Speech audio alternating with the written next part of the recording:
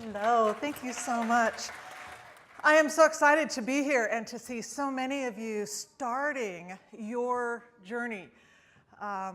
As Jen said, I've been around the block a time or two. I started this whole thing, and I often tell this story because I think it's really important. We have a tendency to sometimes minimize the impact that travel can have on kids. I started traveling, in my mind anyway, when I was 16. My parents took us kids down to Mexico for a vacation, and I was stunned. 16-year-old, I grew up in Boise, Idaho, and I assumed that everybody else lived like I did in Boise, Idaho. And when I got down to Mexico, my eyes were opened, and I was fascinated. We arrived back home, and as 16-year-olds tend to do, I turned on the TV, and there was an ad for the Peace Corps. For those of you who aren't familiar with it, it's an American organization sending volunteers out around the world. So as 16 years old, I saw this ad for the Peace Corps, and I made a decision right then and there that as soon as I could, I was going to go in the Peace Corps. Fast forward 8 years, and I've now graduated from college. I did go in the Peace Corps. I spent a couple of years in Honduras working as a special ed teacher, training local Honduran teachers to run special ed programs. Got out of there, I headed down to South America. I grabbed my backpack and spent 7 months backpacking around South America. One of the things that you'll notice is that one adventure or one experience is often a springboard for other adventures. And my time in South America opened my eyes to this whole idea of native tribes. And I knew in some part of my brain that we had Native American tribes in North America as well, but I knew nothing about them. And so when I arrived back in the US, I sought out a teaching job on the Navajo Nation. And I spent 3 years teaching on the Navajo Nation. Then I quit my job and I flew to Pakistan with the man I didn't know. Honestly and truly, long story, I'll tell you another time. Spent the next year biking around Pakistan, India, Nepal, and Bangladesh with him. And 2 days ago, we celebrated our 26th anniversary.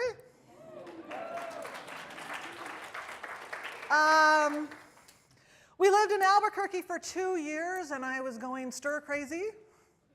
And so I convinced my husband to move to Egypt. We got teaching jobs in Egypt. From there, we moved to Ethiopia. We spent 7 years in Ethiopia. Our kids were born while we were there.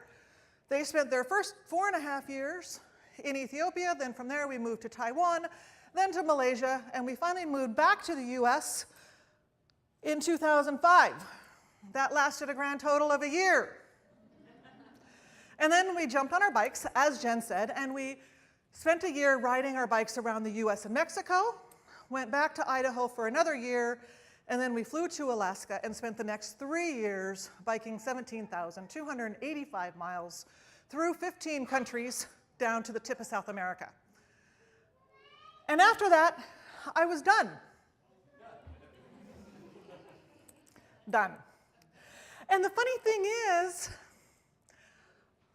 I am honestly and truly done with travel now. If I never leave Boise again in my life, I'm okay with that.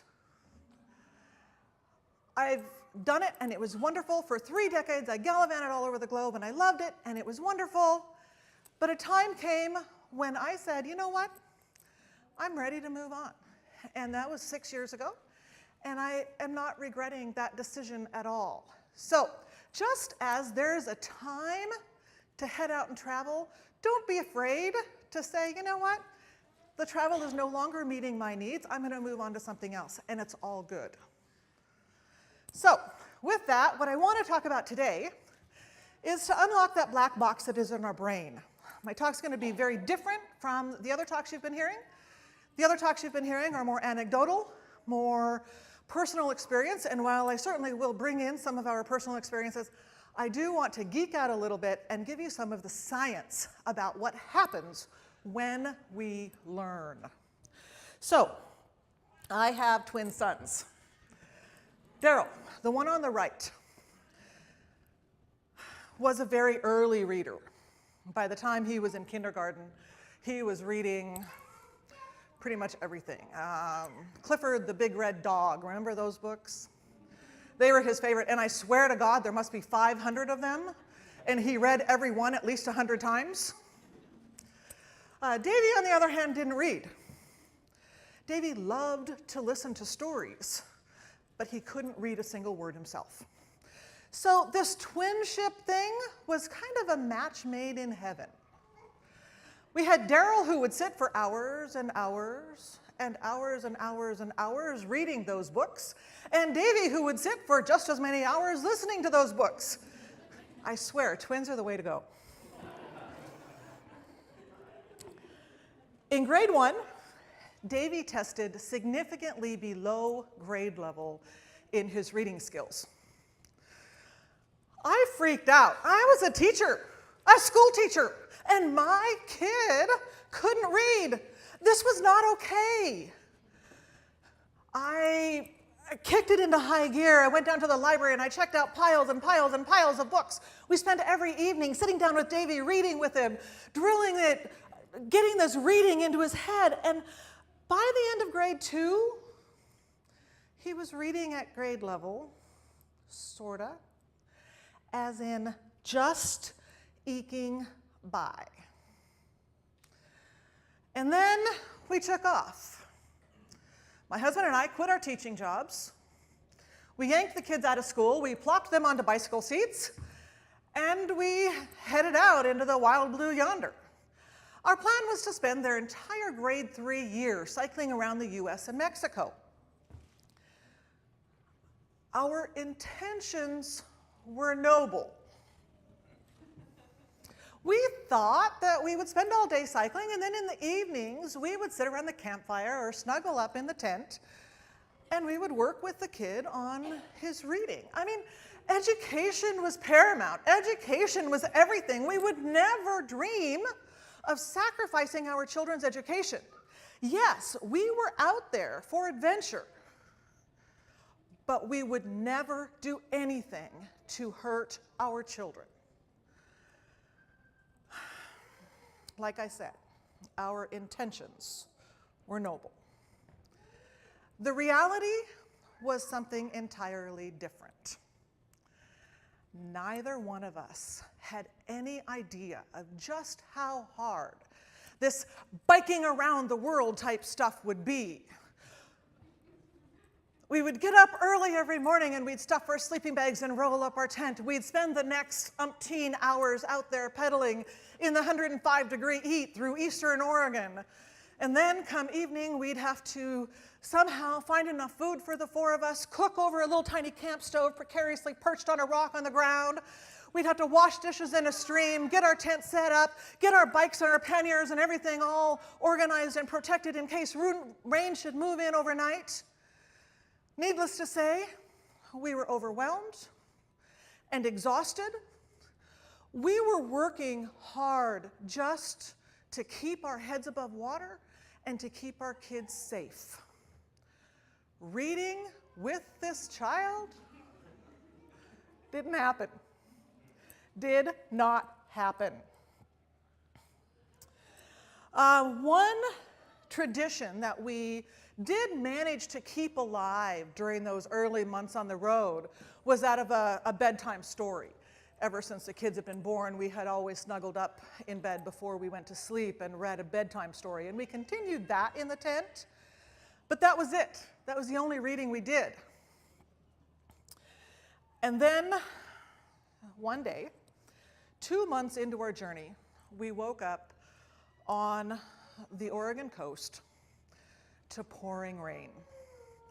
John and I stuck our heads out the tent and we saw this sky completely clouded over with no intention of the rain breaking up at all. And we decided that as miserable as it sounded to be locked in our tiny tent all day, it was infinitely preferable to being out there biking in that rain. And so we zipped up the tent and we set about getting creative. I had a little tiny stash of beads with me, so I pulled that out and the kids each made a necklace. We played cards, we sang songs, we played I Spy, and we still had 12 hours to kill. So we pulled out our bedtime story, which at the time was Where the Red Fern Grows. Anybody know that story?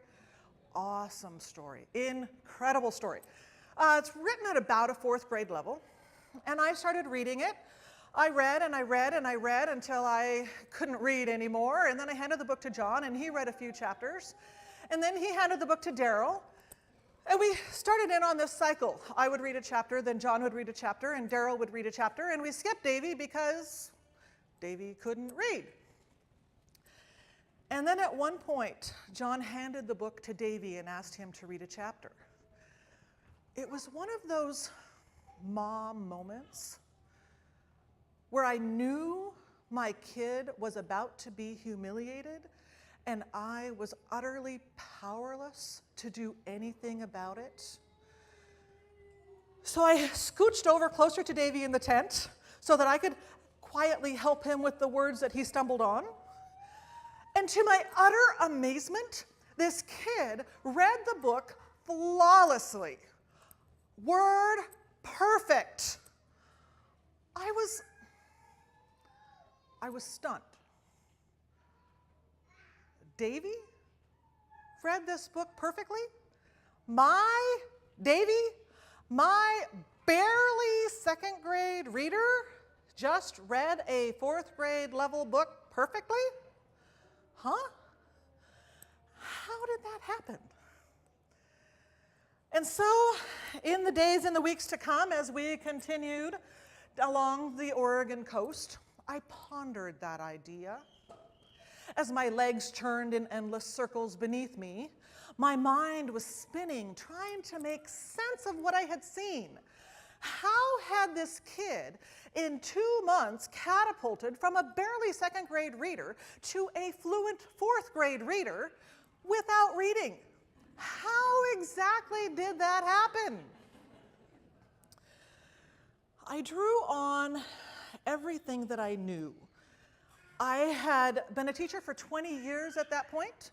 I had written my master's thesis on the brain research as it applies to learning.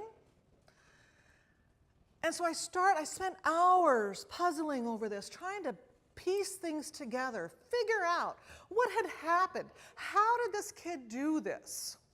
So what I want to do right now is to kind of geek out, very different talk from what other people are doing, and I want to delve into the science of actually what happens inside our brains when we learn.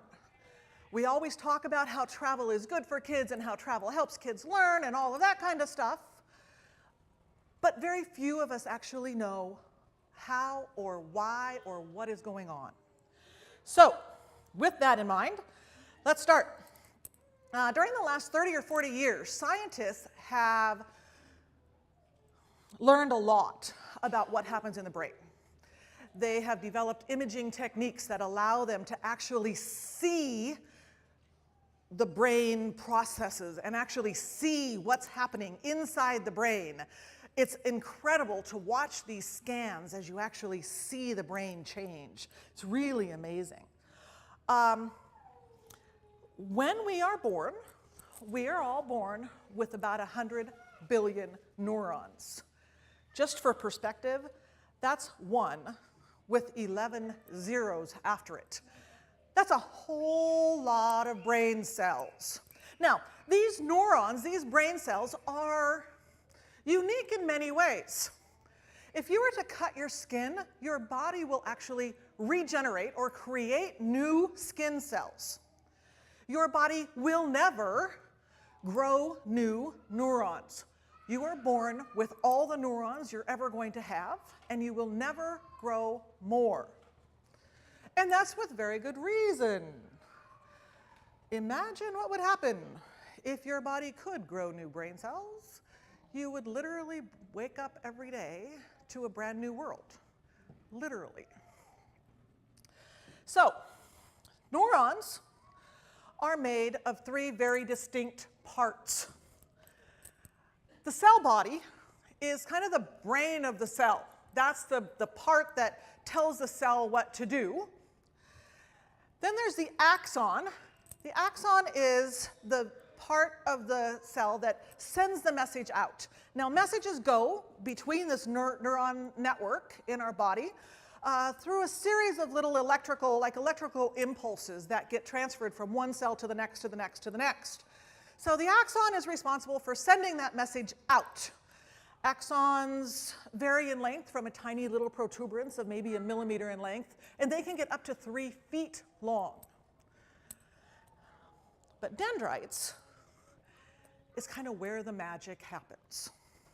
Whereas each neuron has, generally speaking, only one axon, they can have thousands of dendrites. Dendrites are the receiving end of that electrical impulse. Dendrites will receive that message, send it to the cell body, then the cell body will send it out through the axon.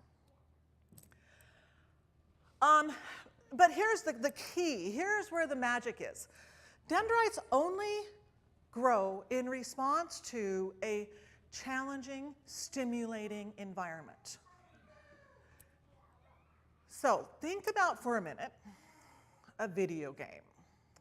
When you first start playing a video game, there is so much information coming at you, and you're trying to make sense of it. You're sitting there in front of that screen, and you're watching all of this stuff happen, and you're trying to figure out, okay, well, if I click here, something else happens over here.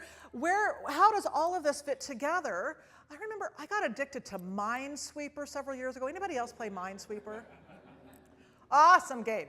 At first, man, I would sit there and have a little tiny little grid in front of me on the screen, and I'd click something, and then I'd have to reason it out. Okay, well, it says there's 2 next to this one, and there's 1 next to this one, and there's nothing next to this one, so therefore the mine has to go here, and I'd reason it, and I'd think of it, and over time, I started to see patterns. Patterns started to emerge, and I got to where, oh, when I see this particular pattern, I know, boom, right there, that's a mine, and I could just move on. And I eventually got to the point where Minesweeper was so easy for me, I lost interest in it because I had mastered it.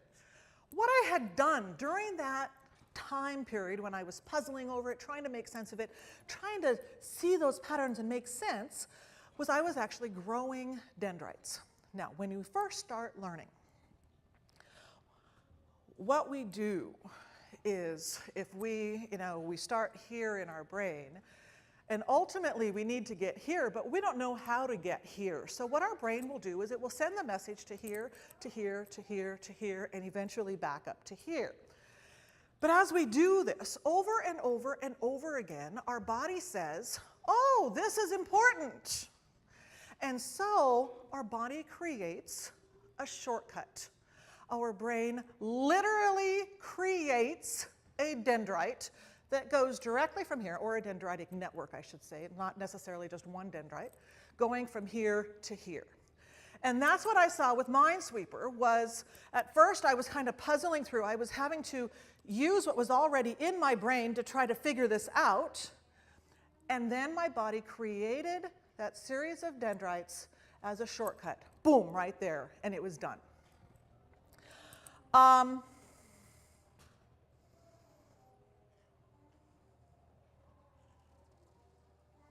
The key here is that dendrites only grow in response to a challenging, stimulating environment. When your brain is actively engaged and you are trying to make sense of the world around you, is when your body will grow these dendrites. So let's think about travel. Now, when we cycled through Mexico, we stopped at El Tajín in northern Mexico. This was my son's first experience with Mayan ruins, and we spent some time climbing on the ruins and exploring the Pyramid of the Niches, and we learned what we could learn there. Then, 800 miles later, we arrived in Palenque, and we spent another several delightful hours exploring the ruins in Palenque, again, building on what they had already learned in El Tajín. Now they're seeing Palenque, and they're trying to, oh, okay, I get this. They look kind of the same. There's these same certain types of architecture that are similar. Our next stop was at a museum where these colossal heads had been gathered. These heads were from the Olmecan Empire, which was a pre-Mayan civilization. They had been found scattered all around southern Mexico. Nobody really knows why the Olmecans made them, but they did. And they have now been collected from all of these different places throughout southern Mexico, and they're all put in one museum. The heads are all different, but they all share certain characteristics. Kind of an interesting thing to see this pre-Mayan thing. So then we got to Belize. We went on a river cruise to Lamini ruins.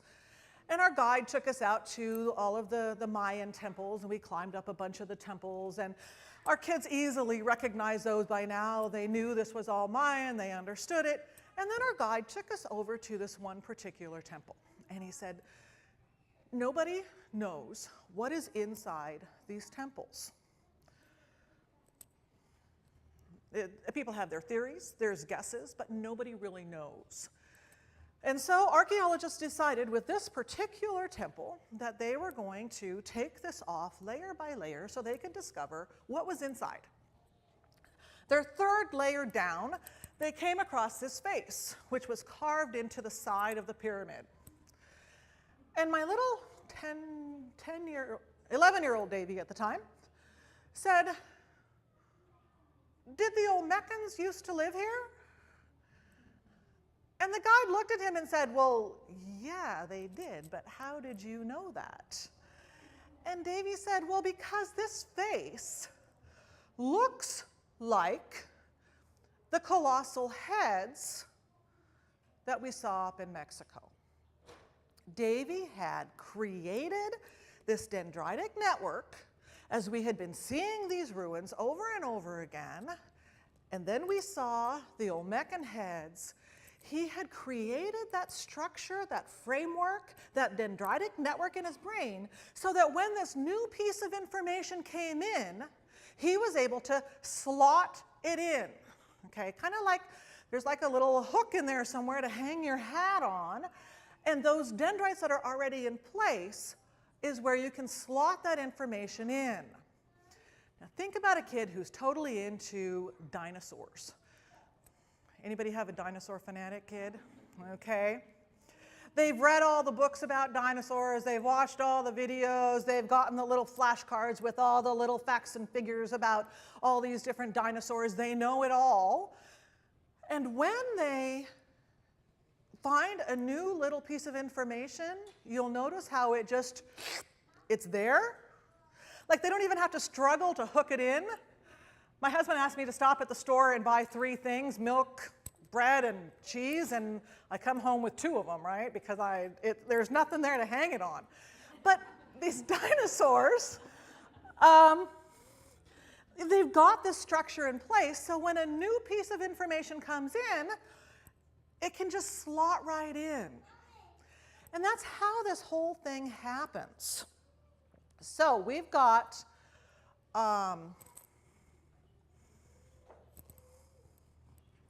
what in the heck? Showing you my next slide makes no sense here. I know what's going on. Okay, so let's just go back and recap what's happening with these neurons, with this dendritic network that's happening in your head. First off is that dendrites are responsible for transmitting these messages throughout the brain, okay? So your cell body sends it out, but the magic happens in the dendrites. Dendrites will only grow in response to a challenging, stimulating environment. Each neuron can have thousands of dendrites.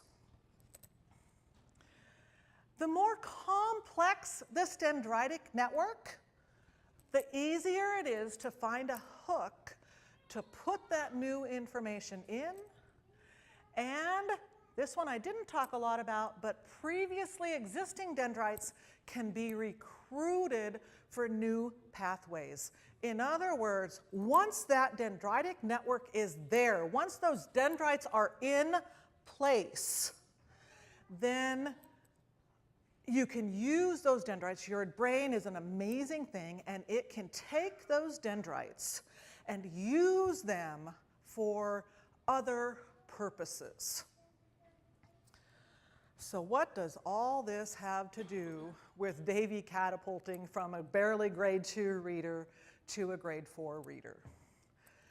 We had been out for 2 months on our bikes at that point, and Davy had been in a challenging, stimulating environment for 2 months. And trust me when I say it was a challenging, stimulating environment. He had, throughout that time, he had been working hard to try to make sense of this new world he found himself in. Every day he was in a new location. Every day he was facing new struggles and new challenges. Every day he was having to look at what was around him and figure out what his place in that is. And as a response to all of that, he was growing dendrites, just like I was too, trust me on that. He was growing these dendrites. His dendritic network was becoming more and more complex. And when the time came for him to read that book, he was then able to recruit some of these other pathways that he had created so that he was able to read. I am a firm believer that travel and being exposed to new situations forces kids to grow those dendrites. It puts them into challenging, stimulating environments every single day. And it quite literally changes the structure at a cellular level of their brains. Once that dendritic network is there, it can be recruited for anything. And that, in my opinion, is the true benefit of travel.